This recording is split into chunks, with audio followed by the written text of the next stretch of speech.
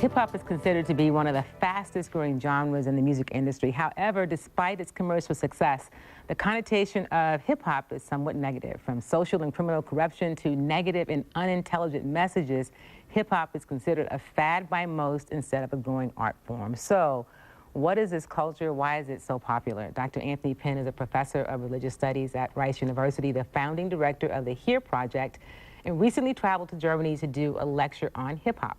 Demetrius Walker is the executive director of the Black Male Empowerment Movement, a nonprofit organization that works to positively alter the life of at-risk youth. He also has a clothing line we'll tell you about. And Marlon Hall is an author of a soon-to-be-released book that explores the spirituality of hip-hop and the cultural architect of the Awakenings movement. Good morning, and thank you all for being here. Thank you. So, you know, hip-hop, it is huge. I mean, it's the word that comes to mind. It's generating billions of dollars, and it's growing around the world, but it makes a lot of people uncomfortable. What do people need to know or understand about this music or this culture? Well, anybody? You know, I think the great thing about hip-hop, and I think what makes hip-hop actually relevant, is that it makes people uncomfortable. I think when hip-hop ceases to make people uncomfortable, it's going to cease to be relevant. So I think, you know, we have to start there. It comes from a rebellious culture. When you look at the South Bronx in the 1970s and where hip-hop came from, it came from youth who were kind of disenchanted with the American way of life, the American dream. They didn't see an opportunity to attain the American dream. And so when you start there and realize the roots that hip-hop has, and it comes from that rebellious spirit, you know, it kind of tells you a little bit about where we are today.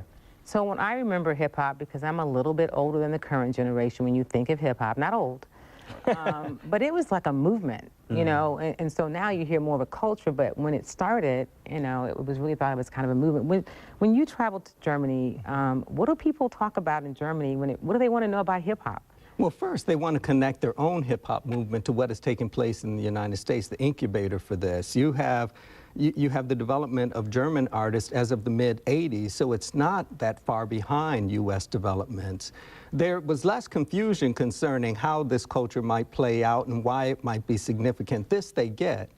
The question for them becomes, how do you use this sort of cultural development to appreciate difference, right? How do you use this as a way to develop a language that allows people to communicate their experiences in a rather raw but honest way? And so when you talk about, you know, raw and honesty and its movement and experiences, and then you're writing about spirituality and hip-hop, and if a lot of people will hear that and go, oh, wait, that's not possible. What does that mean? And you say what? I mean, I say that I know that the concept of spirituality and hip-hop kind of makes people uncomfortable, dare I say even scared. I mean, when you think about discomfort, I think that discomfort is what brings progression, conceptual physics-wise, right? Without friction, there ain't no movement. Without the friction of the tire against the asphalt, the car ain't going nowhere. And so if there is a progressive spiritual thread woven into the fabric of hip-hop that's sparking a fire in the hearts of young people from Germany to Third Ward, Texas, it's gonna feel uncomfortable somewhere in the world. That spark is gonna burn somebody.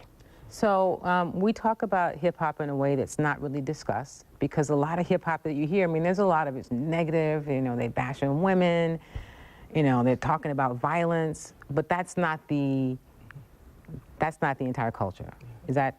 That's an accurate assessment, and I think that you can't purely judge hip-hop based upon the top 10 songs that you hear on the radio at any given point.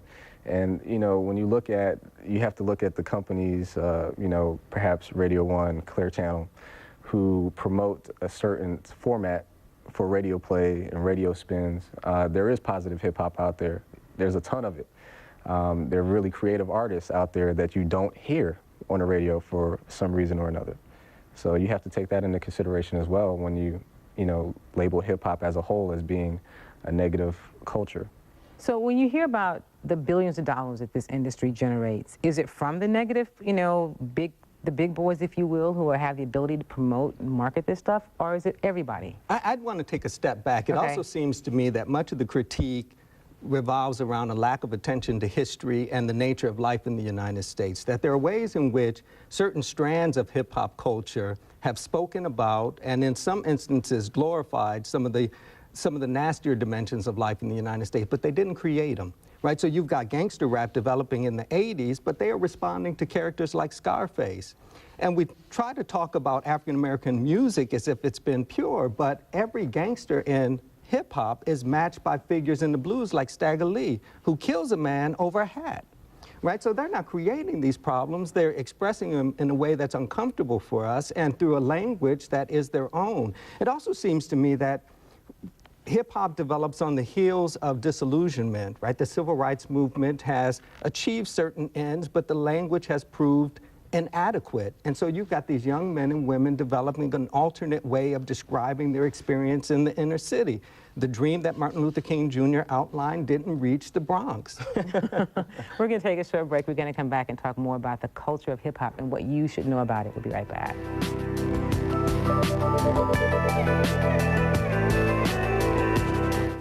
What makes Local 2 News?